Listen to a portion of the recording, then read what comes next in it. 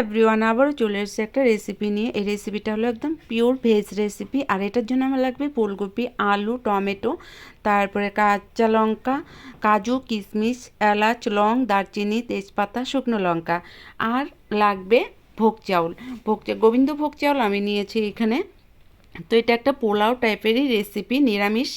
তো এখানে আমি চাউলটাকে প্রথমে ভিজিয়ে রেখেছিলাম, জলও ফেলে দিয়েছি। দেখো একদম ঝরঝরা হয়ে গেছে চাউলটা। এখন আমি এখানে কড়াইতে তেল দিয়ে দিব।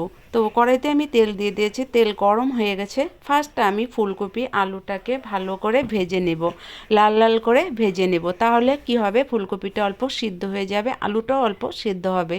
তো পরে দেখো এখানে আমি অল্প নুন দিয়ে দিব। 1 চামচের মতো নুন দিয়েছি, বেশি নুন দেব না। আর হলুদের গুঁড়ো দিয়েছি। এখন ভালো করে এটা নাড়াচাড়া করে ভেজে নিব, লাল করে ভেজে নিব। আর এটা শীতের দিনে বানিয়ে খেয়ে দেখো, ঘরে খুবই টেস্টি। আর পোলাও টাইপেরই হয়। পোলাও টাইপ কি অ্যাকচুয়ালি এটা পোলাও বলতে পারো, ফুলকপির পোলাও। তো এদিকে যে তেলটা ছিল ভাজা, আলু ফুলকপির পর ভাজার পরে, তো ওই তেলের মধ্যে আমি সম্বাস দিয়ে দিয়েছি, যেগুলো নিয়েছিলাম লং, এলাচ, দারচিনি, তেজপাতা, শুকনো লঙ্কা। এইগুলো আমি সম্বাস দিয়ে তারপরে আমি ভোগ চাউলটাকে ছেড়ে দিয়েছি। তো ভোগ চাউলটা ছেড়ে দেওয়ার পরে কাঁচা লঙ্কাগুলো কয়েকটা দিয়েছি। তো যে যেমন ঝাল খেতে ভালোবাসো তেমনই ঝালটা দিবে। তারপরে এখানে স্বাদ অনুযায়ী নুন আর হলুদের গুঁড়ো দিয়ে আবার অল্প 2 থেকে 3 মিনিটের মতো আমি ভেজে নিয়েছি।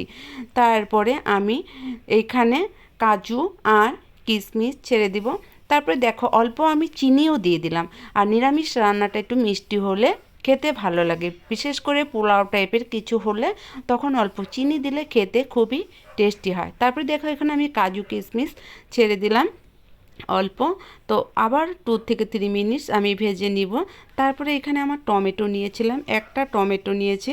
তো টমেটোর টুকরাগুলি আমি ছেড়ে দিলাম। তারপর টমেটোটা ইচ্ছা করলে তোমরা দিতেও পারো, আর ইচ্ছা করলে নাও দিতে পারো। তো তোমাদের ইচ্ছা। তো আমি দিয়েছি টমেটোটা, তো খেতে ভালো লাগে একটু টমেটো দিলে। তারপরে আমি এইখানে যে ভেজে রেখেছিলাম আলু আর ফুলকপি, ওইগুলোকে ছেড়ে দিয়ে অল্প আবার নাড়াচাড়া করে নিলাম। তো ভালো করে নাড়াচাড়া করে নিলাম। এদিকে আমি 2 চামচের মতো জিরের গুঁড়ো দিয়ে দিব। তবে জিরের গুঁড়ো দিয়ে নাড়াচাড়া করে নিব অল্প। তারপরে আমি এইখানে অল্প আদা বাটাও দিয়ে দিব। আদা বাটা আর জিরের গুঁড়ো দিয়ে ভালো করে আবার 5 থেকে 6 মিনিটের মতো নাড়াচাড়া করে নিব, তাহলে কাঁচা মশলা গন্ধটা থাকবে না। তারপরে দেখো আমি নাড়াচাড়া করে নিয়েছি। আর চাইলে তোমরা এখানে লঙ্কার গুঁড়ো দিতে পারো, কিন্তু আমার লঙ্কার গুঁড়ো আমি দিব না, তো দরকার নেই লঙ্কার গুঁড়ো এখানে দেওয়ার, ইচ্ছা তোমাদের। তারপরে দেখো আমি এইদিকে জল গরম করে রেখেছিলাম, ওই জলটা আমি দিয়ে দিয়েছি। পরিমাণ মতো জলটা দিতে হবে, কেন কি এখানে চাউলটা সিদ্ধ হতে হবে, ফুলকপিটাও সিদ্ধ হতে হবে, আলুও সিদ্ধ হতে হবে। তার জন্য পরিমাণ মতো জল দিবে। আর এখানে গরম জলই দিবে, ঠান্ডা জল দিবে না। গরম জল দিলে ভালো হয় আর কি। তারপরে আমি এটাকে ঢেকে দিব। তো 5 থেকে 6 মিনিট ঢেকে রাখবো, তারপরে ঢাকনাটা উঠিয়ে দিব। তো দেখো আমার এটা হয়ে গেছে। এখন অল্প নামানোর আগ দিয়ে অল্প ঘি দিয়ে দিব। খেতে কিন্তু সেই স্বাদ হয় এটা। তো ঘরে বানিয়ে দেখতে পারো, ইচ্ছা করলে তোমরা এটা ভাতের সাথেও খেতে পারো, আর খালি খালিও খাওয়া যায়। তারপরে দেখো এটা আমার হয়ে গেছে, খুবই সুন্দর হয়েছে, একদম পোলাও টাইপের হয়ে গেছে।